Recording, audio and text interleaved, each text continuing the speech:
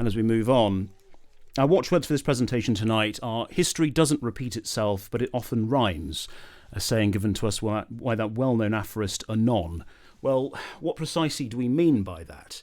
We're going to be looking at two battles tonight, as we've already said, and there's a few common themes. They're both the first battles of their respective wars, major battles for their respective wars for the British. One. They both take place in the South Atlantic off of South America. That's very important. We'll get to that later. They both feature German forces snatching defeat from the jaws of victory, if you like. We'll get to that later as well. Admiral Graf Spee, present at both battles, despite the fact they take place 25 years odd apart. And they both meant an early end to an early success for German commerce raiders. And of course, they were both turned into major motion pictures that were very popular for the immediate post-war audiences. So let's start off. Why exactly is Britain fighting in the South Atlantic in support of European wars anyway? And this really goes back to the Corn Laws, well before the beginning of the Great War, indeed even the Second World War. The repeal of the Corn Laws circa 1840s, 1850s essentially removed the tariffs on imported food. And this at the time was Britain weaponising free trade. And as Sir Jim Goldsmith observed, the agricultural depression of late Victorian England was not really an unfortunate side effect of the Industrial Revolution, but rather an instrument of it. We've got to remember at the time Parliament was representing the interests of businessmen and mill owners. And by encouraging the import of plentiful, cheap food, this essentially undermined the British rural economy. So you had, through the 19th century and at the end of the 18th as well, very large numbers of people who, for all of history before that point, had been countryside dwellers, finding themselves completely unable to compete with foreign imported food. Food coming from lamb from New Zealand, beef from Argentina, grain from the New World, etc. So they were moving in very great numbers into the cities. This did two things. It created a ready base of dislocated people to become new consumers to buy manufactured goods. But more importantly, it created a ready supply of industrial labour, unemployed people heading to the cities for those mill jobs. And the invention of refrigeration, and particularly refrigerated ships in the sort of late 19th century, really exacerbated this process. As I was saying earlier, for the first time, British people, when they sat down to the table, were eating New Zealand lamb, Argentinian beef.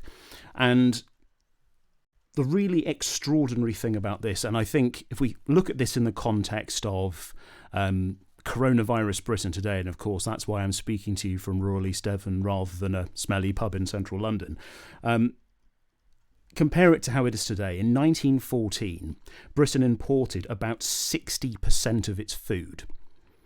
Now in 2020, the figure's approximately, although it's slightly contested for reasons we can go into afterwards in the Zoom, is about 40%. So even in this age of globalisation, food miles, the European Union, the lot, we actually imported more food 110 years ago than we do now. And that was because of that process of industrialisation during the Victorian era, food being brought in from abroad and not being grown here. So the important thing here is that Germany knew this. Of course they did. So their major offensive strategy against the British was essentially a blockade of Britain with commerce raiders. Every child still knows about the convoy system, and they generally think about this in terms of great groups of ships in the Atlantic and the North Atlantic going to Arkhangelsk and Russia and stuff, and U-boats and all that. But really this started in the Great War with the commerce raiders, which were surface ships. And that is why, in the early part of both wars, the Great War and the Second World War, the early action was taking place in the South Atlantic, not the North, which is obviously where Europe is. So what did this look like? Let's have a look here. So what we've got here is a map showing what they called Maximilian von Spee's cruise. Now, let's just move. So we'll come back to this in a minute. Let's move on again. So what we have here is the SMS Scharnhorst, which was von Spee's ship, and in the top left-hand corner we have a very romanticised cigarette card of Maximilian Graf von Spee. And note on this, We've got a ship transiting the canal. Throughout this talk, you're going to see loads of pictures of ships, and a lot of them are taken underneath this one bridge. This is the Leven-Sauhai Bridge, which is on the Kiel Canal. For reasons I don't fully comprehend, the Germans were really proud of this, the Kiel Canal and this bridge. So all of the sort of official pictures of their battleships they took, it was right here underneath this one bridge. Anyway, von Spee, and we'll go back to the map, von Spee had been working out of Germany's naval base in China, in Qingdao, which is the place the beer is named off, by the way, since 1912. And at the outbreak of war, Germany actually had several possessions in the Pacific, including the Pagan Islands, which are now known as the US Mariana Islands, best known for their proximity to the Mariana Trench. And if we look in the top left-hand corner of the map here, we can see Qingdao, if the resolution is good enough for you. That's on the east coast of China, between China and Japan. And von Spee's plan was to take his squadron of ships back home to Germany, transiting the Pacific, round the Cape Horn, and somehow managing to break through the British blockade of mainland Europe and making it back home to Kiel, back to that bridge we saw a minute again. He thought he was going to manage this somehow. But von Spee had a lot of damage to do on the way, and part of that was commerce raiding. So let's enter the Emden. So we've got a tighter picture of the map here, and we can see the green arrow, which is separate from the purple, which is the thrust of the main fleet heading through to Cape Horn and onwards. But the green is the HMS Emden. So it was the fastest ship in his squadron, and although it wasn't a first rate, it wasn't one of his heavy cruisers, it was a light cruiser, it could clearly cause trouble with its 4-inch guns, especially for merchant shipping and the like. So he detached this ship as an independent commerce raider, which would go round the Indian Ocean, the Pacific, causing merry hell, basically. And the idea was that this ship would catch up with the rest of the squadron later and go home with them. Let's just move forwards. Here we go. The Plucky Emden. You can see top left just how small she is. Top right, one of her 4-inch guns. Bottom left, we'll get to that. So the adventures of the Emden are truly the stuff of boys' own novels. And honestly, some of the escapades here are truly worthy of being turned into films in their own right. I could have done a whole talk, and well, maybe I should have, just on this ship. But I'll try to be brief. So let's start with them raiding in the Indian Ocean west of Singapore. So to escape early detection, the Emden rigged up a fake funnel so it could impersonate a British cruiser, and this becomes very important later. But I think that kind of shows early on the sort of the daring do and the almost cheeky nature of what the Emden was up to. So in early September, she captured and sank 6 merchant vessels between India and Ceylon. And there's a very important piece of the tactics that the captain's using here. He's not just turning up saying, we're at war, too bad, have some 4-inch shell. He's boarding these ships, he's inspecting the documents, and he's, most importantly, paying attention to what the cargo is. So his crew are eating food that he's capturing off of British ships. His ship is being powered by coal he is pinching from these merchantmen. So all the while, because as the war progresses in these early days, all these German possessions in the Pacific are basically vanishing. The British are like, we'll have that, we'll have that, we'll have that. So he's pinching coal off of other ships to extend his own range. But this kind of cuts both ways. Neutral ships that he's boarding during this time and are found not to be carrying war material for the Allies are simply released. Most ships at this point, unless they were military, didn't have radios even, so he was pretty safe in doing this. And for the ships that he did capture, and as I say again, he wasn't sinking these ships, he was capturing them. So if he wanted a very good supply of coal, he came across a coal merchantman, he would put his own officers on board, and it would basically become his fleet tanker, and he would agree to meet it at certain points. But when he did that, the original crew of that ship, the captain actually paid their wages. And if we're thinking that this is only 106 years ago or whatever, my God, how much war has changed. So moving on, having sank or captured 6 ships, he bombarded Madras in late September. A really remarkable episode, this, entering the harbour late at night, completely undetected. Of course, this is India. They're not expecting a German cruiser to turn up in the harbour at midnight. He turns on the ship's searchlights and lights up the bunkers that contain oil for the Burma Oil Company. You can see that on the bottom left-hand corner there. And he opens up his 4-inch guns and sets them on fire, destroying 350,000 gallons of fuel oil. In his diary, the captain said he did this to, and I shall quote, "to arouse interest among the Indian population, to disturb English commerce, and to diminish English prestige." The idea here was essentially to give the British the shits, in essence, to show that no matter where in the world they were vulnerable to German attack, but also to destroy Indian confidence in the British Empire, because if they couldn't be defended by the British against a German light cruiser, really what was the advantage they were getting from the Empire? So this was as much a propaganda thing as anything else for the Germans. He then spent... Right, this is pretty extraordinary. So having completed this action, he needed 10 days to rest his crew and repair his engines. Obviously, this is a coal-fired ship, with the boilers being lit basically constantly. They do fuzz up, if I can use that word, and this has become very important later. So he needs 10 days to clean his engines, to rest his crew, to do any minor repairs or whatever. So the Emden turns up at Diego Garcia, which is a pretty famous island these days because it was used as the Americans' by air base, but it's in the British Indian Ocean territory, and back then it was a British possession. But the British inhabitants of the island, again, did not have a radio or a telegram. So a German ship turns up, flags flying, and the British there welcome their friends, because of course until 1914 the Germans, the British pretty much were. They were delighted to have some European guests to their little far-flung corner of empire, and they actually helped them. The British actually helped the German crew of the Emden effect their repairs and then waved them off as they left. Remarkable. In the following weeks, another 6 merchant ships captured or sunk, again using them for supplies. At this point in Europe, the First Battle of Ypres is kicking off, to give you a sort of context of where we are. So, where does this leave us? By the end of October, the Emden was again getting up to scrapes. Top right-hand corner there, a pretty fanciful postcard idea of the Battle of Penang, which we'll go into now. So, once again, affecting her disguise as a British light cruiser with that extra funnel that they're made of canvas and wood.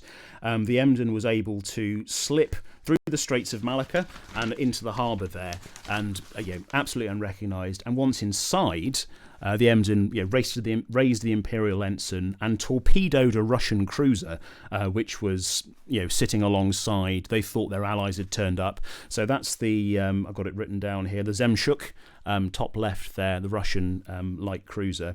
Ironically enough, the Zemshuk was part of the forces that were actually hunting down von Spee, and they just had no idea the Germans were so close. So she was alongside for repairs, her engines weren't lit, their boilers weren't lit, and her crew was on shore leave. So, embarrassingly enough for the officer involved, as the ship was sinking at its mooring, the captain was on board. The captain was on shore in his hotel, helplessly watching as his ship went down. He was subsequently court-martialed, as you would expect, stripped of all his rank, and sent by the Russian Empire to fight on the Eastern Front against the Germans. Whereas subsequently decorated for bravery, but still quite a punishment. She was also present at the Battle of Tsushima between Russia and Japan, and was one of the only survivors alongside the Aurora, the more famous cruiser to have escaped. Anyway, the Emden fled Penang harbour at this point, and met on her way out a French destroyer, bottom left. Again, completely unexpecting, a German warship to turn up. Had no idea what was going on, and was also sunk by the Emden. So by this point, this is a major problem for the British. Obviously, anything anywhere was now vulnerable to German commerce raiders, but evidently this could not last. The Emden, while attacking a British coaling station, to this point they've been used to things not having radios, but the people ashore did have a radio this time. They managed to get off a message just in time, and it just so happened the HMAS Sydney, Australian cruiser Sydney, was nearby, responded to the call, and went maxi chat to deal it out. So here we have the end of the Emden. There was a duel of two light cruisers, but the Sydney was more heavily armed. It had bigger guns, 6 inches in fact.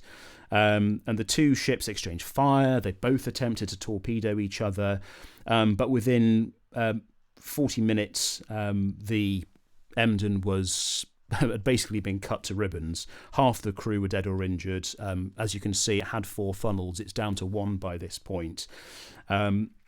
So the captain ordered her to be beached on one of the nearby islands, the idea being he could surrender and the rest of the crew would live. So that was it. Or was it? There was one extra little story about the Emden which goes back to this idea of a boy's own adventure, which is just crazy. So what the British didn't know while they were cutting the Emden to ribbons was that the ship had already landed its boarding party on the island, and there were 46 men, including 2 officers and 6 NCOs, I think, who were busy sabotaging the coaling station there, including its radio. So they were ashore, and you can see top left there in their whalers' boats in their funny tropical uniforms on the island, and they were ashore watching their home, the only link they had to home in the world, getting 7 shades of something knocked out of it by the British. So in another It Should Be Turned Into a Film episode, this shore party underneath Lieutenant Helmut von Muck, who you can see on the right-hand side here looking very German, I suppose you could say, decided rather than waiting to be picked up by the British, they would make good their escape. And you can see on the left-hand side there, on the top, there's a three-masted schooner behind the Germans in their little boats, and then below you've got a better photo of it. This is the Aisha, and this was the supply ship for the island. They basically got rid of it when they bought a steamer, but it was still there in the harbour. It was rotten as hell. All of its seafaring equipment had already been taken out. It was basically a wreck, but the party took their boats, they rowed out to it, and they said, this is our best hope. So they made it seaworthy in record time and somehow managed to escape the island without being noticed by the British.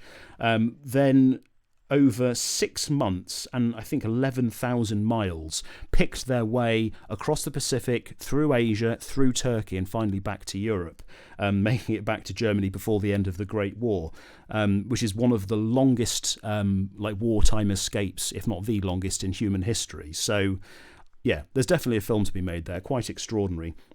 Funnily enough, von Muck joined the Nazi Party in the 20s or 30s. He was one of the very early people to join it, but actually spent most of the Second World War in a concentration camp, because despite having joined the Nazi Party, he actually really hated Adolf Hitler and thought he was a bad leader for Germany.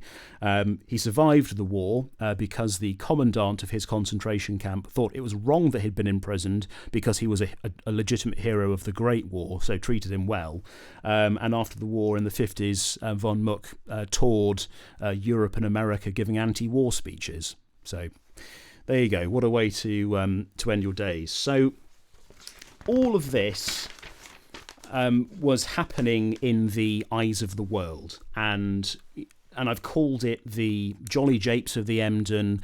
And at the time, the ship was known as the Plucky Emden. If you picked up a newspaper and read about these battles, it'd be referred to the Plucky Emden. And this was down to the sort of the gentlemanly approach of her captain to merchant vessels and crews, and the sort of intrepid nature of her battles, outrunning the British, kind of fox-like. But the Plucky Emden wasn't the German nickname for the Emden. It was actually the British nickname. And if you were reading about her in the UK, Hong Kong, or Australia, where it was big, that's what they were calling her. And actually, when she was destroyed, people kind of regretted it, even in the UK. And I think this is kind of a reflection of, at this point in early 1914, everybody's still believing the war will be over by Christmas. It's a jolly jape, it's a gentleman's war, and people hadn't quite had the scales fall from their eyes in this respect. And that's why we have this slide, which is the bombardment of Scarborough. And yes, indeed, the Germans bombarded the town, the Kriegsmarine bombarded the town, killed 18 people, including a 14-month-old boy. And you can see the level of damage that Scarborough took from heavy German naval gunfire. And this marked a sudden change in the British attitudes towards the war as a whole, but the Germans specifically. They went from being fellow civilized Europeans, gentlemen, Prussian stiffnecks with remarkable moustaches, all that, to becoming baby killers. And this is where you start seeing all this British propaganda posters, babies on bayonets, Germans smashing skulls and all that sort of thing. And obviously, as we know, the war basically went downhill from there. So that's what the Emden was getting up to. So let's think about getting towards what we're actually supposed to be talking about, given we've been speaking for 20 minutes already, which is the Battle of the Falkland Islands. So while the Emden has been having all of this fun, bunny ears, kicking around the Indian Ocean, causing merry hell, von Spey's been up to his own stuff in the Scharnhorst. And I'm going to completely gloss over this for absolutely no reason whatsoever, including the fact that the Battle of Coronel was the first defeat for the Royal Navy in 100 years and was clearly very embarrassing. Say no more on that. But he's heading home. Von Spey is heading, and there we go, there's a very fanciful painting of the Battle of Coronel where Von Spey's squadron sank the entire British squadron under Kit Craddock. And a lot of people died, unfortunately. So he's trying to get back to the Falkland Islands. And if we look here, this is I'm just going to get... Oh, no, I can't.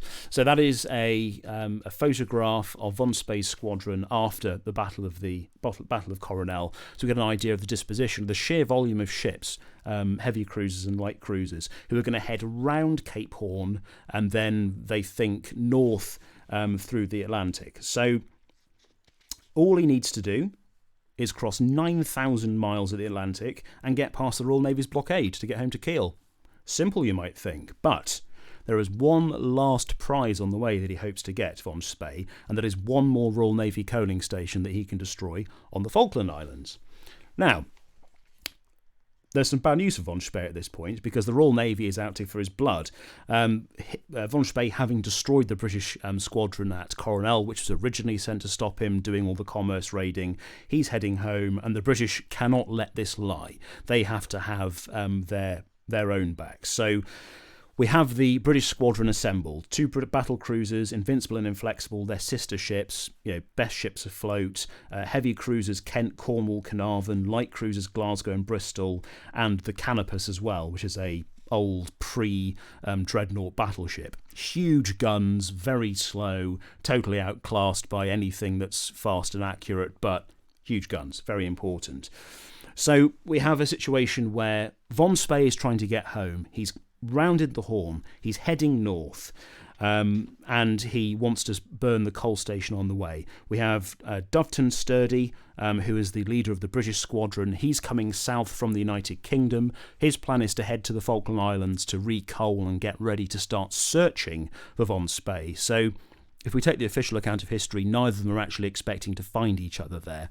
And when they do, obviously there's a battle. Now, this is not a battle that had to happen. In fact, it very nearly didn't for several reasons. Attacking the Falkland Islands was a massive risk for von Spey. He'd just had an enormous slugfest with the British at Coronel. He received basically no damage during that battle because his gunnery was so good. But he'd very nearly run out of shells. He'd used an enormous amount of ammunition during the battle, so could not risk another confrontation with the Royal Navy. He had to slip home. So that raises the question, did he get bad intelligence about the Falkland Islands? He was in contact with German intelligence, he thought, via radio, and there's a suggestion that British intelligence had actually, by this point, cracked the German ciphers, and did they send him false signals to make him believe that the Falkland Islands was empty. I don't believe it personally for reasons I'll go into in a minute. But it's certainly the case that he took a massive risk attacking the Falklands when he was already almost essentially a spent force, and he did it against the advice of his own captains. On the other hand, from the British position, Sturdy nearly didn't make it to the Falklands in time. He was put in command of the battlecruiser squadron. He then wasted loads of time, days and days and days, getting his ships absolutely perfect, fixing minor defects. Jackie Fisher, the first Sea Lord, when he found out about this, was furious and sent a signal, go now, get on with it. And even as he was heading south, he was not going maximum speed to get to the Germans as soon as possible.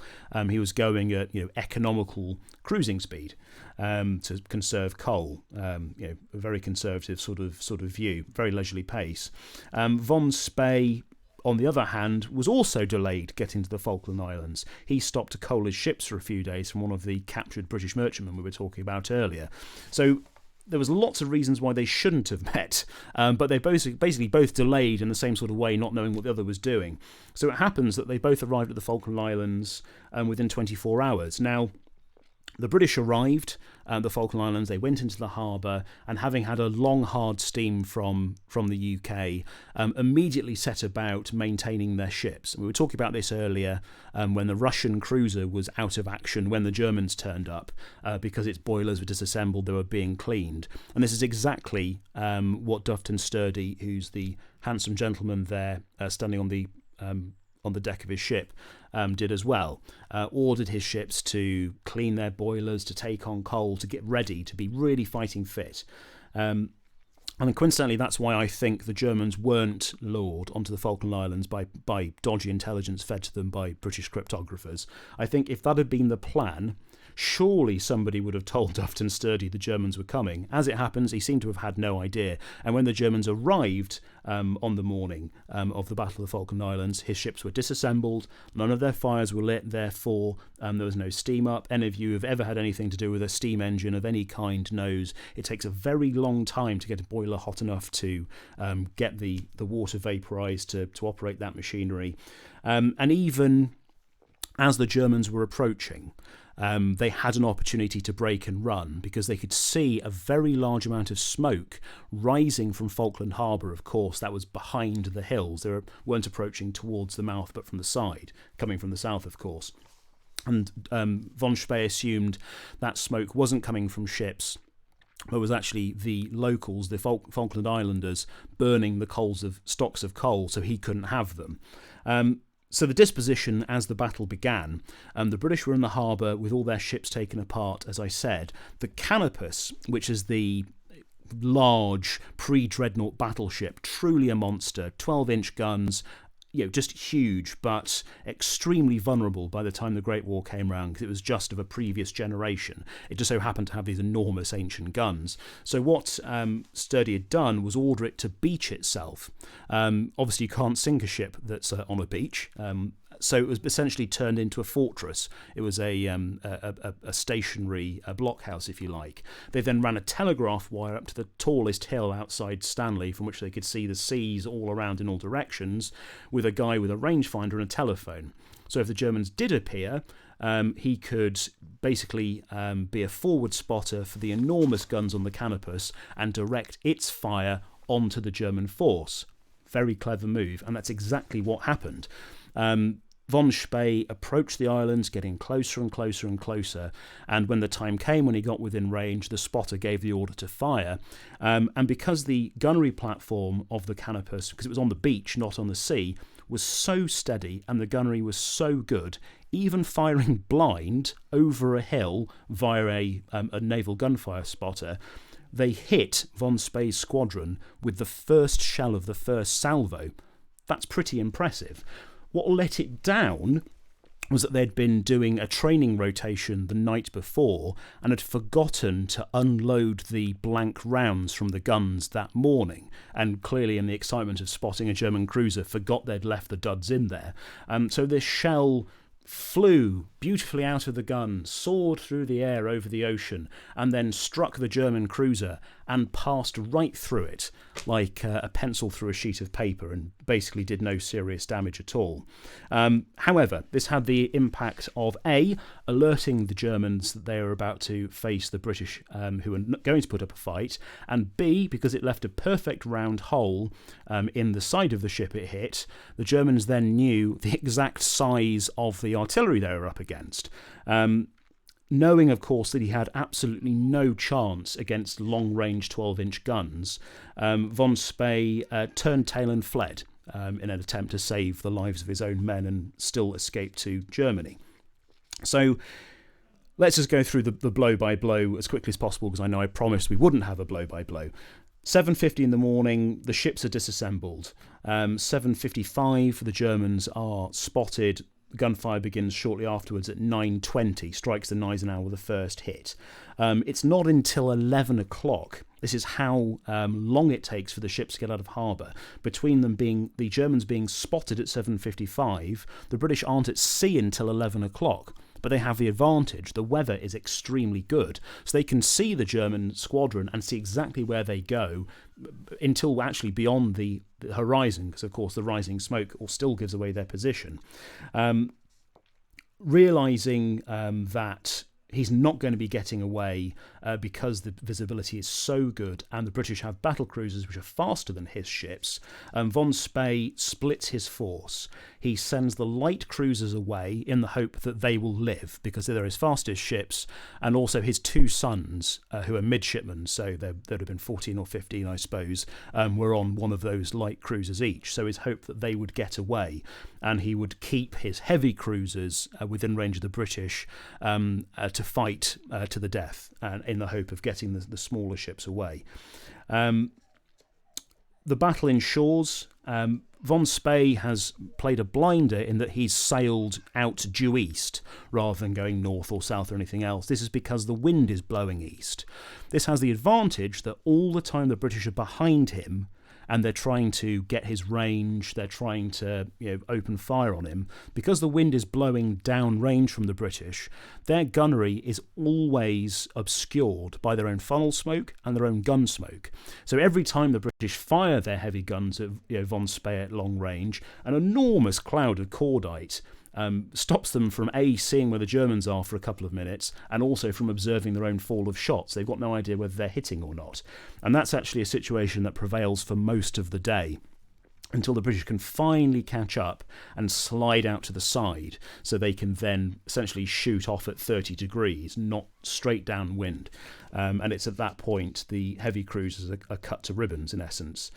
Scharnhorst sinks at 4:15 in the afternoon. Von Spee and everybody on board is killed, no survivors. And the Gneisenau, which is the other heavy cruiser, is damaged beyond repair, and at 6 o'clock she's scuttled, with very few survivors able to be picked up by the British. His plan, unfortunately, to save the lives of his own children doesn't work, because the British also have very fast light ships. They're sent after the light cruisers. The only German survivor from the battle is the Dresden, which is the smallest and fastest ship in the German force, who does get away. By nightfall, he still hasn't been shot to pieces, so manages to be at large for another 3 months. But not achieving anything, merely staying alive. And that is the end of the German commerce raiding by... There you go. What have I done? Let's have a video. So, yes, so that's the end of German commerce raiding by piratical means, if you want to call it that, for the Great War. And it's U-boats only from here on in. So this is a clip from... I mentioned at the beginning that something that these two battles have in common is that they spawn great films. This is clips from the Battle of the Coronel and the Falkland Islands, which is a 1925-6-ish film. It's incredible. It's thoroughly amazing. One of the highest grossing British films of all time at this point. The disadvantage it had is it was released right at the end of the silent film era. So while it was intensely popular very briefly after it came out, it had no hope of competing with the talkies, and was essentially completely forgotten for decades. It was restored by the BFI a few years ago and is now available on Blu-ray.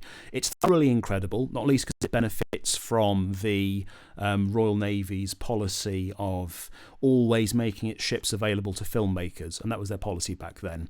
So the whole thing is shot, very nearly the whole thing is shot live, with real ships firing real salvos with real sailors. There's very little model work, and the sheer volume of ships involved is absolutely mind-boggling. It's incredible.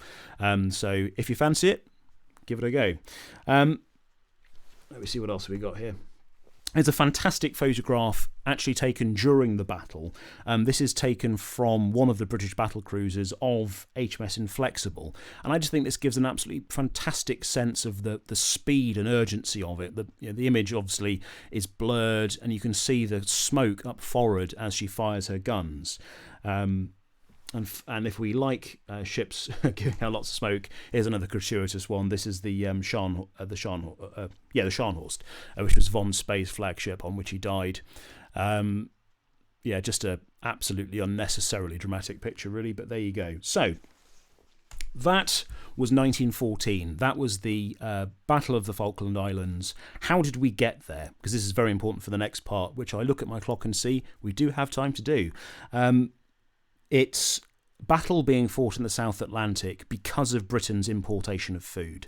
It's trade. It's the Germans raiding grain ships, food ships, coal ships, etc. In the Pacific, in the Indian Ocean, and then trying to dash home via one last hit against the British through the Atlantic. And that's why the battle happens there. And that's why we're going to see, I think, so many similarities with what comes next. So let's fast forward from 1914, the beginning of the Great War, to 1939, the beginning of the Second World War. And this is another battle that happened right at the start of the war, that very particular flurry of activity at sea Britain experienced before slipping into the so-called phony war. So just to give you an idea of how intense the naval theatre was right at the beginning of the Second World War. September 3rd, 1939, at 11 a.m, Britain declares war on Germany. 9 hours later, at 7:30 in the afternoon, the SS Athenia is sunk by one torpedo from U-boat U-30. So you have the Athenia there at the top and U-30 at the bottom. This is a terrible loss of life. 117 people killed. The majority of those 70 were actually killed during the rescue attempt that was mounted by several nearby ships, including, and I'm sorry for saying this, but there is a point, 50 people on a single lifeboat being sucked into the aft propeller of a rescue ship, others being crushed to death between their lifeboats and ships attempting to winch them off. It was genuinely, truly terrible. And in fact, the sinking of the Athenia was so controversial, it was covered up by Germany, who found it deeply politically embarrassing. And after the war, it was discovered that even the ship's log of the U-boat 30 was modified by the German government, so they could pretend that they hadn't actually sunk the ship, although they had. I point this out because for those who are inclined to glorify war, upon whose number I certainly do not count myself, I find this a very terrible reminder how quickly innocent people are drawn into the meat grinder of war, and those people who were really spectacularly violently killed in an attack at sea just within 9 hours of Britain declaring war. Anyway, so thus with that, the sinking of the Athenia begins the Battle of the Atlantic. It's the first and the longest battle for the British of the Second World War. It basically lasts almost the whole duration of the war, and begins just 2 days after the invasion of Poland. And this is months and months and months before what people might commonly in this country consider to be the beginning of the war for Britain, which is the Battle of France with the BEF and Dunkirk and all that, which is not until May 1940. So this was an attack on the British, but this was not a battle as such. And the first major battle in the Battle of the Atlantic for the British was 7,000 miles away from Britain, in the South Atlantic again, 10 days later on September the 13th. So what do we got here? It's that damn bridge again, over the Kiel. And we're looking here at the Captain Hans Langsdorf, the captain of the Graf Spee. You see, I promised you at the beginning von Spee would be in both battles. In the first, he was there physically, and the second, the main German combatant was named after him. So we're back to the South Atlantic again. This is the bit where the history begins to echo. In 1939, the UK is still massively dependent on food imports, and its ability to execute the war depends on it being connected to its empire. So once again, the German early war strategy against the British is commerce raiders. Right, move on. So let's look at a nice map. We love maps. Before the war began, Graf Spee had slipped out of Germany. He'd gone to the South Atlantic, and as the war was declared, he started raiding commerce. And we have, again, this very charming way of putting it, the cruise of the Graf Spee. And we see his track as he comes down from Germany and begins sinking ships. And some of these ships engraved in history's memory, the Africa Shell, the Trevannion, etc. There was very rich pickings for him in the South Atlantic. Again, the same reasons as 1914. We have on the left there Buenos Aires, Montevideo, these incredibly important ports for the South Atlantic trade of meat and grain going north to Europe and in most cases to Britain. So around that area was the densest pickings, as it were, for the German commerce raiders. So the British, understanding what was going on, ships being lost, this time, of course, shipborne radio being much more common, they know what's going on, and they pull out all the stops to stop the Graf Spee and Hans Langsdorf as soon as possible.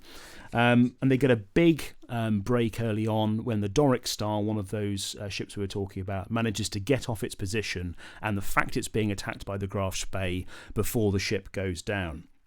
So here we have HMS Exeter and Commodore Henry Harwood in the top left-hand corner.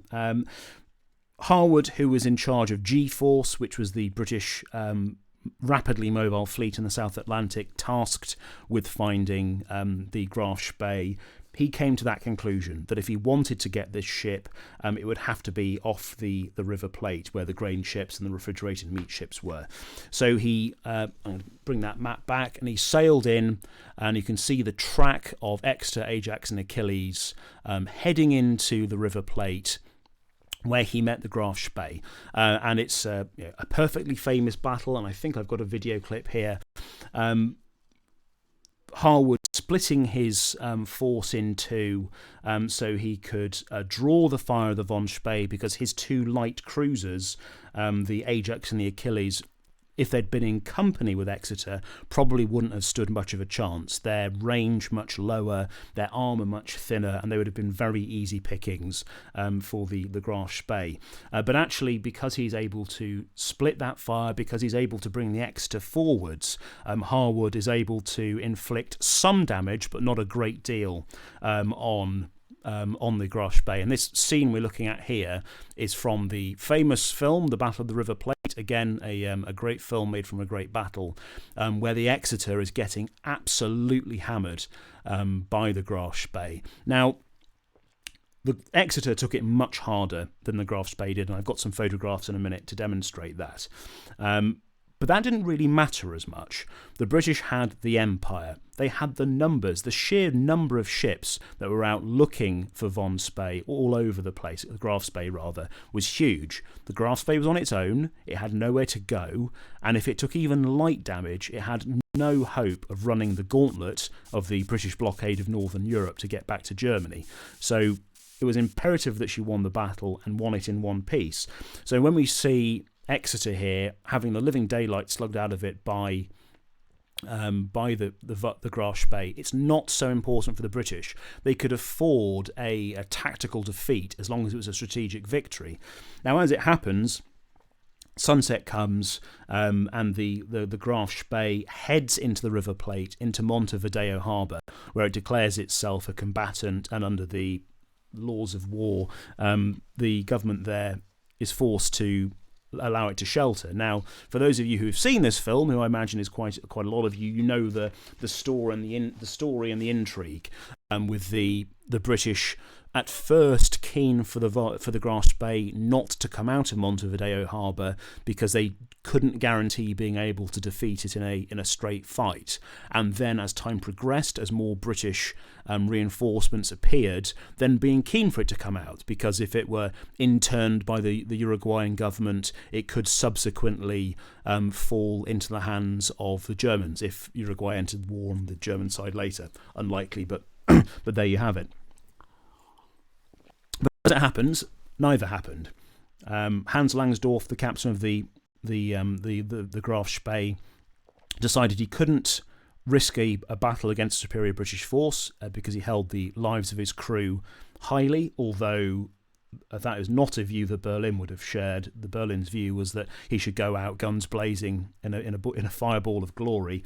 And he also, Hans Langsdorf, couldn't allow his ship to go into Uruguayan hands and essentially being handed over, because he would have outstayed his welcome in Montevideo, because he believed the Uruguayans would have handed it over to the British.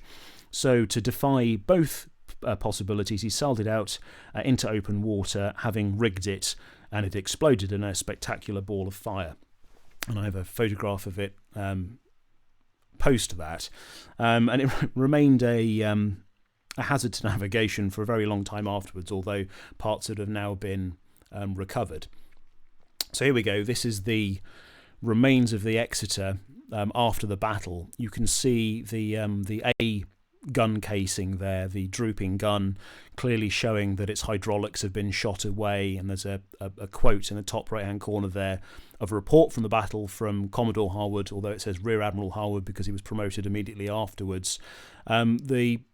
The sheer level of damage the Exeter took is extraordinary, and it sort of gives you an idea of how appalling warfare is, which is an important point that we should never forget. So here is the Graf Spee after she was scuttled. Hans Langsdorf, having done this, went back to his hotel and shot himself in his full dress uniform, and the rest, they say, is history. So, here we are. That is my last slide. That was my comparison of two great, and I mean great in the sense of large rather than being good, naval battles from 1914 and 1939. So what I'm going to do is I'm just going to skip back to the beginning of the presentation so we can ask ourselves some important questions. And that is loading. Ask ourselves, does history repeat itself, or does it rhyme? And I think it's fair to say, having looked at what we have, that it does rhyme. These were the first major battles of both wars for the British. In the Great War, I'm being a bit cheeky and ignoring Coronel because it's so damn embarrassing. Common battleground. Both of these took place in the South Atlantic, and this is the key thing to take away, I think, is to remember how different the British economy was in 1914 and 1939 to how it is now. Importing the great majority of food from abroad. It's not like that anymore, despite us being, well, as we still are sort of in a common market with the European Union. We actually grow significantly more of our own food now than we did a century ago, which, if you think of how developed the global economy is now, with globalization, with free trade, with very easy shipping, including flying fruit, which we always talk about as having air miles these days. But despite these changes, we still imported more a century ago. That's fascinating to me, which is why these battles were fought so far away from home in strategically important areas where the British fleet was spread thinly and the Germans could cause maximum damage. In both cases, Germany snatching defeat from the jaws of victory. In 1914, von Spee didn't have to attack the Falkland Islands. It was a choice that he made, and even as before he committed, he had the opportunity to go. But as it happens, he left it too late, and the British were able to commit to the battle as well, and he was destroyed. In 1939, the Germans under Hans Langsdorf on the Graf Spee, they had the superior ship. They had thicker armour, they were faster, they had bigger guns, but they were still bested by the British, who were acting perhaps more tactically in battle. Graf Spee present at both, that's self-evident, you understand why that is. In both wars, these battles signalled the end of the commerce raider, as we saw with the Plucky Emden, the incredible exploits of that ship. The Germans were causing all sorts of havoc in early 1914, but as soon as that was over, it was over. Same in 1939. It was the Graf Spee out there sinking the merchant ships, and when that was over, it was over. There was no chance of getting back to that, and in both cases it progressed to the U-boat. And finally, both turned into major motion pictures. So that's all. I believe there's going to be a dissection via Zoom. I hope Simon Hartley's going to